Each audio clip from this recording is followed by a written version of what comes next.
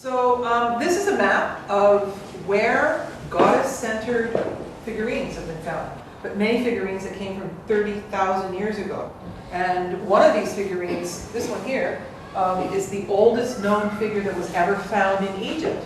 And so it is pre-dynastic. And so this is a bird goddess. You can see her hands are almost like beaks themselves, bare-breasted, and her head is the head of a bird. And this is consistent throughout all of Europe. These matriarchal cultures were obviously goddess-centered, and when they excavated, they found in the urns, these pottery urns, these little dolls that they could hold in their hand, and they were all feminine forms, and they would find hundreds of them at a time. And so it's nice to see that this was consistent throughout Europe and Africa. But this is also consistent with the triangle and the spots, and it's a feminine figure.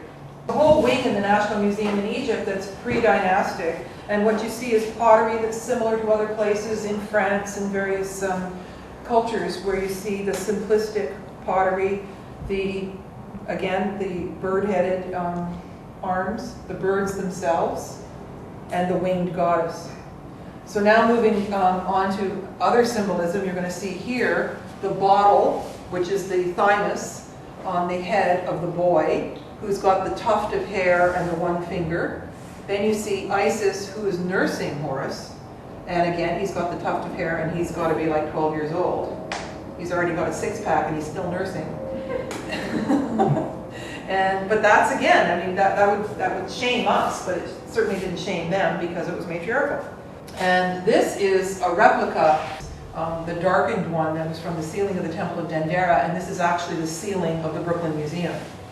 And I lay down on my back and took the picture, and the guard came along and went, "Are you okay?" Seeing me on the floor. What you have to do to get your shot.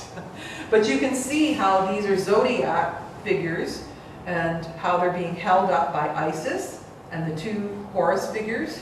And so this takes us all the way around the zodiac, and as I said, it depicts 39,000 years.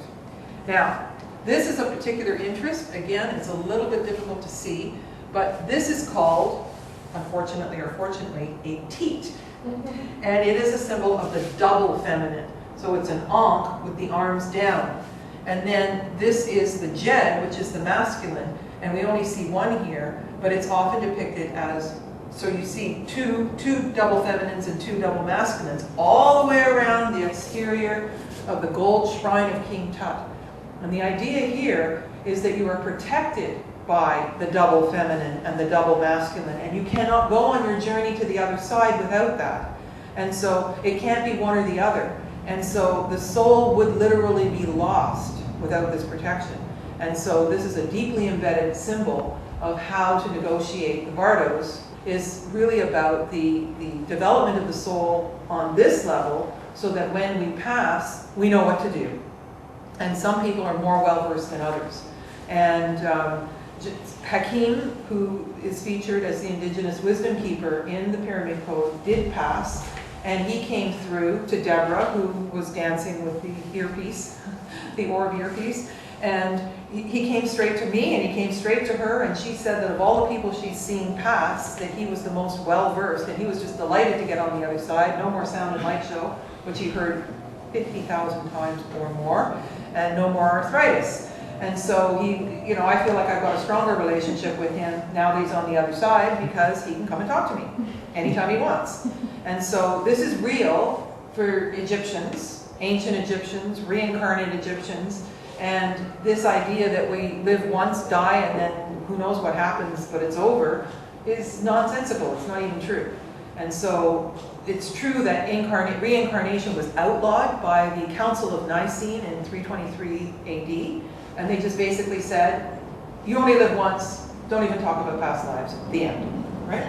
And so that has done a certain amount of damage. So now we're into, again, a primitive piece of pottery that has a prominent blue lotus and animal figurines. But you'll see, even in the most ancient times, and I'm glad I'm not an archaeologist that has to put broken bowls back together. But you can see the amount of work. And here you have a figure with the feminine wig. And here you have them all. You have the daddy, the baby, and the mummy. Yeah? And I don't mean mummy as in wrapped up. The maternal. So this is the classic view, and then you end up seeing the higher level people, the scribes and the physicians, with the feminine wig. So again, just beautiful pottery. And here we have the Hathor mirror. So Hathor was the goddess of love and beauty. There's a chapter in my book about her. And these would have been polished, and these would have been part of grooming materials. But I find that just beautiful. So Hathor is always shown with cow ears. There's a certain amount of focus put on cow cults, and that's where the Hathor comes from. They give the milk of human kindness. They're companions to people on Earth. A lot of different societies don't eat the cows, but they worship them. And I think that was going on. So here we have the bare-breasted woman, unabashed, with the blue lotus up her nose. And these are all artifacts from Amarna. And Amarna was where Nefertiti and Akhenaten started their spiritual community. That was totally beautiful, totally creative. And I just absolutely love this stuff. These are the lips of the pharaoh, and that's Pharaoh Akhenaten. So this is all the Amarna period. And one of the things that's featured is the sun was Ra, and they say they worship the sun, but basically it was a solar cult, if you will, where they understood that the energy of the sun was life-giving and we couldn't do well without it. But the hands, the rays of the sun have hands that come to help. And so you see that repeatedly in these. And again, here we have the Jed. Now the Jed is the name for older people, for wisdom keepers. It's the spinal column of Osiris, and it's the symbol of the masculine. And so here we have Thoth, who's the wisdom keeper, and he's there when you do your, they call it the judgment day, when it's brought into Catholicism, but really it's you judging yourself. So instead of God saying, so, I see you've done this and this and this and this, and blaming you, it is the wisdom keeper who is writing what you think about how you did in this incarnation. So it's your deal with you. So it's not judgment, external judgment, it's internal assessment, which is very different than being struck down and being sent to hell because it didn't work out. And so this is very, very typical of how they would have decorated in Amarna. And you see the pine cone here, which is symbolizing the pineal gland, yeah, which is the master gland. And so each chakra has a gland associated with it.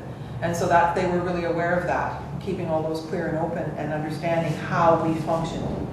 So, and we wouldn't see anything like that these days. So they weren't apologizing for that. And that's why the Christians really had a hard time when they looked at ancient Egyptian materials, because there were bare breasts and there were other kinds of body parts, and they chiseled them all off. But now you just see chisel marks and you can guess what was underneath there. So I don't know how much good they did, spending years and years and years building encampments around the temples, moving into the temples and lighting fires in them and basically ruining them in a self-righteous fashion. But what's most interesting about it is that they built things with little tiny mud bricks, and they lived in these little huts, and these magnificent temples were there. They were going to be better than those temples. So you see that all the time. This is another example of the ceremony of the weighing of the hearts, where these are the judgers, but they are the supporters. Their witness is what they were, which means they're not judging, but they're present while you're doing your life review. Yeah? And so again, you have this is a cistern, which was, they used it to break up energy. So it was like kind of like a tambourine. So it had little discs on it, and they would literally clear the space to allow you to be more able to move through the dimensions. And she is wearing the blue lotus in her hair. This is the temple of Dendur, not to be confused with Dendera. And it was one of the ones that was drowned when the Aswan Dam flooded behind the high dam. And it was completely buried in water. And because the United States government helped to rescue some of the temples, the Egyptian government gave the Metropolitan Museum, the city of New York, they gave them this temple. So they literally strapped it around and pulled it straight out of the water and put it on a boat and sent it to New York. And the Metropolitan Museum made a wing around it, and they put papyrus growing in the moat around it. And there are more segment statues at the Metropolitan Museum than there are in the Egyptian Museum. And there started out being 130 of them from Amenhotep III, and now they're all gone. Well, they have a few, but there's certainly not 130 in Egypt. There's 4 left, I think. So that is Tutankhamun.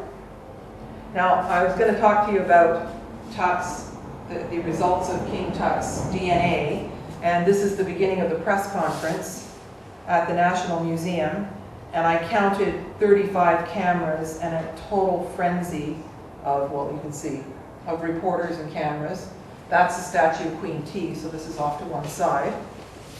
And here's Zahi. He's going to tell us how it is. And he had his team, and it's just not fair how they can speak in doublespeak and say one thing and the other thing and say they're starting and they're going to review it, but they haven't started, but they're starting, but they didn't, but they're reporting, but they're not. Like they expect us not to notice that. And so then they said, well, they hadn't really come up with the final decision about what King Tut was, aside from the fact that he had a cleft palate and a club foot. And, you know, I think he was looking pretty good and he was an empowered human. But now apparently the information has leaked about what, has anybody heard about what King Tut is really supposed to have been? Well, now it's all over the internet that he was white. He was white, he wasn't black. And so Zahi, of course, can't stand that. And so there's real trends in archaeological circles that if something doesn't fit with the notion that they've decided it is, they bury it and they hide it. So the idea of truth and the idea of development and the idea of building a new story is absolutely unacceptable. And we don't know if it's true or not because they won't let anybody else run the studies to do a replication of it. And if he was white, did he still have a cleft palate, or did he only have the club foot if he was black? You know, like, to me, they're not making, and not only that, they've been trying to say that he was a son of Akhenaten.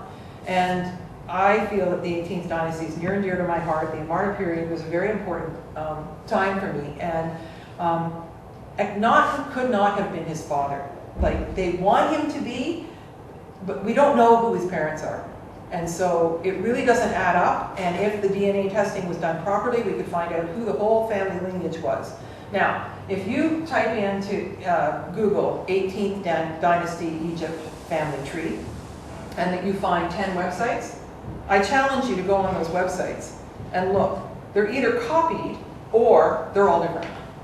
And so you get somebody in a book who's writing saying, this is what, and this is who's related to who, and they have a lot of the mummies, but they started to bury people in the Valley of the Kings, and they actually had to move things around in a hurry, particularly when King Tut was buried. Why? They say, well, he died of natural causes, but he practically was buried in a closet, compared to Ramses II, who has 76 rooms in his tomb.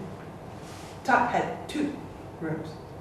And next to it, they found a cache, C-A-C-H-E, of a group of mummies that they threw all into one place. But before that, they unwrapped the mummy, and they looked at it, took the jewels that they could find, wrapped it up, and put it in a different box. So now nobody knows who's who anymore. But it would be easy enough, as I described this morning, with the mitochondrial DNA to trace that these are one group, this is a different family. Okay, put him over there, see if you can find his relatives, and figure it all out. So there's no way that it's accurate, there's no way that it's fair, and there's no way that it's logical. And so, you know, this was a really big deal, and we waited a long time for this, and then it ended up all over the internet, and I still don't think we have the story at all. If he's white, he's white. If he's not, he's not. Let's just deal with the truth. Yeah? So it's really a problem. And so, you've probably seen him, Dr. Zahi. We see him on every documentary there is, practically. People thought he should be on the Pyramid Code, and I was sure he should. So now what do we have? Now we have 2 right hands. See, because I can't do both. So we have 2 right hands. So that is going to be a sign of later in the dynasties. And that's something that I teach people when I go to Egypt, of how to look at the trends of how the hieroglyphics are changing style, and the more recent things like Abu Simbel are lower quality. They're not as high quality. So this would mean that this is demonstrating the masculine principles. And there's a really pretty Jed. And here we have Isis with Horus on her lap. Now there's a lot of replications between Mary and Mother Jesus here. And you see the symbol on her head is actually a throne. So she is the ultimate queen mother. This is from the 18th dynasty, and Hatshepsut went on an incredible expedition where she brought a number of fleet of boats and went down the Red Sea, hugging the shore of Egypt until she reached Ethiopia. And then they brought back all these authentic animals, but also frankincense and myrrh is what they were looking for. And they actually planted frankincense and myrrh trees all the way along the colonnade leading to her temple. And what you can see is the tree roots that are on either side. And there's something about seeing a root of a tree that's part of the story that really brings the point home about what really happened. And of course, frankincense and myrrh were used in their rituals, but there's a very narrow band across the Middle East and the African continent where the gum, the resin of these trees would actually produce. And it was really important to their rituals. And so it's really neat to see that they had sea travel. That's a big sail.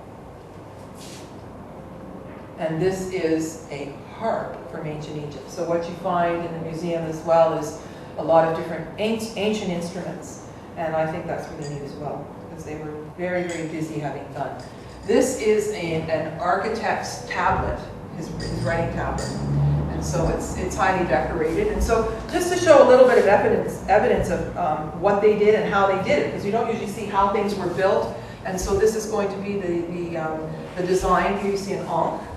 And you'll often see an ankh and a jed and an ankh and a jed going around a pillar or a fresco.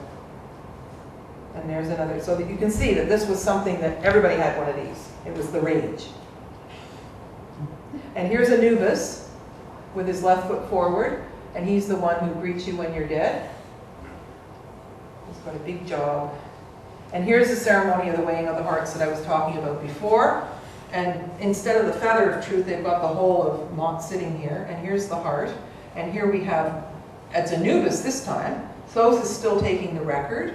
Horus is looking on, and for sure this guy's going to get onto the other side because they're going to make sure of it by holding the scale. But in earlier depictions of the ceremony of the weighing of the heart, you didn't get any help. It had to be the weight of your heart. And here's another boy with the single crown, which is really the thymus.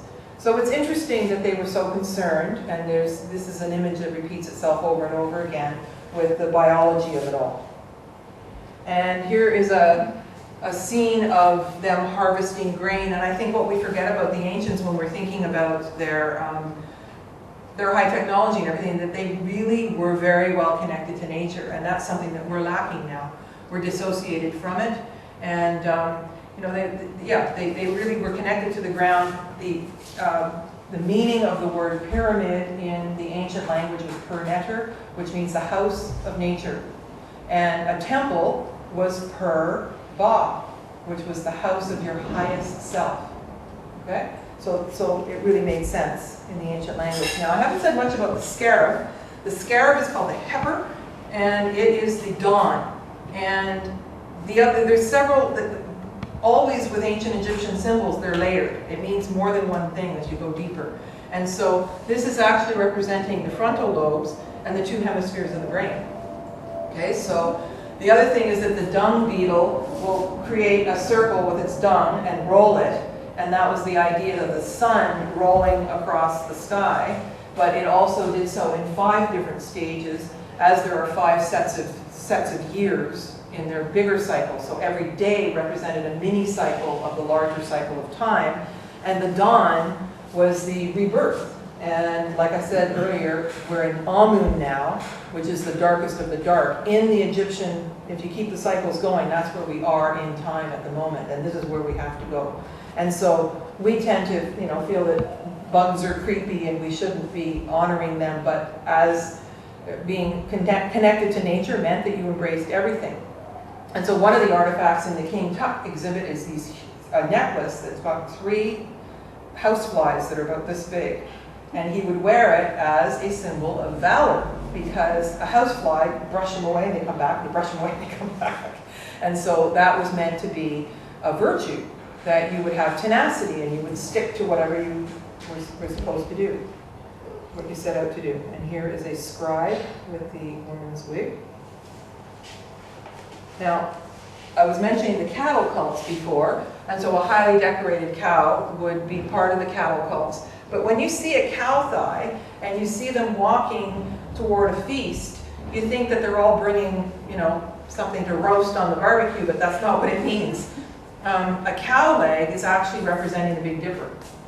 And so that's how they depicted it. So a lot of times when you see that and you see a nature scene, it's actually more like a star map or an astrological thing. So we have to make sure that we take them literally and also understand that there's layers of symbolism.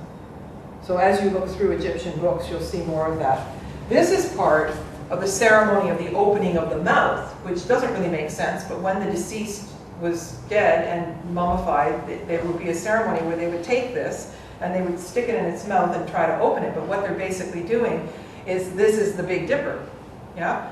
And so it's literally saying that you're going to find life by going back to the source. Something like that. And so it speaks to the cosmology that the ancient Egyptians understood. Now the next series is Queen Hatshepsut, and you'll see her aquiline face. Now, after she died, 20 years after, all of her statues were gathered, broken, and thrown into one pit at the temple of Queen Hatshepsut. So she left her brother in charge. We don't know how she died or what the situation was. But when the Americans went to do an excavation at the Temple of Queen Hatshepsut, they found this one pit, and although the statues were broken, they were all found together. And then they were scattered, they were fixed, and they were scattered to all these different museums. And then they came together at the Metropolitan Museum last March. And I was supposed to fly the day before the exhibit opened. But I went back to the museum just because I could. And this whole wall had opened up from where I had been a few days before, and I walked through, and all 30 statues that they found were all together in one room.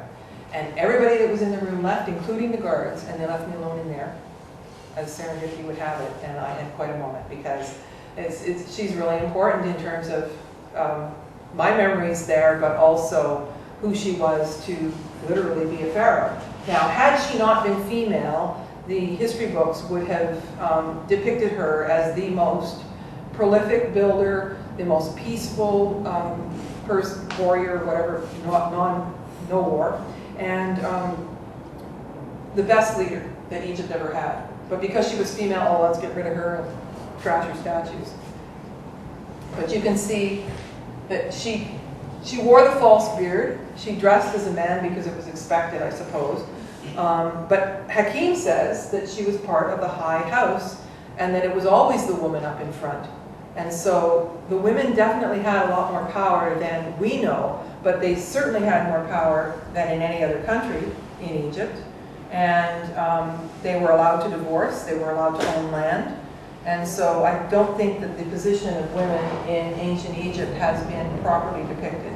And this is Senemet, who was the architect in the high court, who apparently was her lover. And he was not royal, and they weren't supposed to be together, but it's known, and this is her daughter, who Senemet is, I guess he was her tutor as well, as being the architect. But they buried him from the Temple of Hatshepsut through the Valley of the Kings, and they buried her this way, so even though you'd have to drive for many miles to connect the two externally, they had their final resting place, side by side. Isn't that sweet? And there she is again. Now, here's what I was talking about the double feminine and the double masculine, and this is on the back of a throne, gilded in gold. And this guy is Bes, and it's actually a male that is the patron saint of childbirth. Go figure. So they had a whole different view of things. And here's a male who's kneeling in front of the image of the sacred feminine, sacred masculine. And this is the hand of Akhenaten, which is really famous. So what do you say, he's normal or not normal? And fields of barley from the Amarna period. So this is the way they decorated. They had these frescoes. It was really quite incredible the way they had these huge tapestries, and mostly it was lotus and papyrus and ducks and nature and that sort of thing. And this is from the Amarna period as well, and this is where you see the distended skull. But these are the Amarna period was the only time you ever saw families together being loving, basically. And so there's a good example of it. They had 6 daughters, and again, the Egyptologists think, oh, well, they must have had a son. Why would they only have 6 daughters? Well, they have a son, they just didn't. And they go gobbledygook, and they just keep on. If you read typical texts, even the modern ones, the ones that have just come out in the last year, if you really deconstruct it from one paragraph to the next, they are contradicting themselves, left, right, and center. They are fabricating things. We have no evidence of sons, but they think he should have had a son, but he didn't. And I just absolutely love that. It's a princess, one of the daughters. And this is Horemheb. So what happened in the 18th dynasty? It actually turned into a real ugly situation. So the Amun priesthood was really upset because they were peaceful and they were having a good time and they had a beautiful life and everything was going well. People were creative, everything was fair, everything was peaceful, flowers, trees, chirping birds, happy life. And Horemheb was the head of the army. And he plotted with the Amun priesthood to take Amarna down. And the first thing they did was they infiltrated and they managed to slowly poison one of Akhenaten and Nefertiti's daughters, the youngest one. And she was the apple of Akhenaten's eye. And after that, he never recovered. He became inconsolable after that. And it reminds me of the movie Anna and the King. I was mentioning this the other day, where he's got 99 kids. And his favorite one was Monkey. Have you seen that movie? And she dies, and he just can't get over it, even though he's got 98 other children. And so Horemheb and I were not part of the royal family, but they took over, and there was this big tumble. So, Tut only got the throne for a little while, but the whole thing was about the army general and the chief vizier getting the throne. That doesn't happen. And after that, they crashed, and the 18th dynasty was over. And so they took Amarna down, and they took the whole dynasty with them, and it's a tragic story, because we essentially haven't had peace since. And so here's a little boat with people going places. And this is a more modern sarcophagus. You can see it's made out of wood, and it's a different style. So I always like to point out that as time goes on, there's different styles of how things are. And here's a family scene, a bee in the country scene. So you'll see myrrh trees. People are farming, people are collecting and making wine. You see the animals, and it's just basically daily life scenes. So, they had their cosmology and they had their sense of religion, and they had quite a bit of sanity as far as I can see. And here's another picture of the schist disc. It's got a hole in the middle, and there is a stone tube that it would fit over the top, actually the other way around. And beyond it, over here, is where the shield is. And so the idea was that this would create a sound, the sound of the vibration of the earth at the time, which was 8 hertz, and the shield would reverberate off it, and that would work with the resonance that we were talking about earlier. So this is ultra thin and very precisely carved. It wouldn't have been molded, and I don't know how they made it. I mean, it looks so delicate, I don't know how you could have carved that. The lotus flower. This is one of the Sekhmet statues that I mentioned, that there started out being 130 of them, and they would be seated facing one another, and then they put them facing straight out. And Sekhmet is really important because she's fierce, like a lion would be fierce if somebody tried to mess with her cubs. And she's strength, feminine strength. and doesn't mind saying so. So she represents assertiveness. But there's a place that you'll see where the statue is in situ. Here she is again. This is only a tiny one. And again, this is part of the King Tut exhibit. And so you see her with the golden disc on her head. And she is a seated figure. So here we go. There's only one place where you almost never see anything in situ. Anything that they could take, they brought to the museum. And so when you're in the temples, you can't really get an idea of how things work. And so this is usually a closed shrine to Sekhmet. And you can ask her a question, and the ancients would do this. And if it looks like she's smiling, that's a yes answer. And if she looks like she's crying, that's a no answer. So it was a bit of an oracle. And they have another one at Esna. And so she's holding the papyrus. Yeah? So she's a female holding the symbol of the sacred masculine, but she's also fierce. Fierce in a way that the masculine can be. So that's an example of a feminine holding the symbol of the sacred masculine.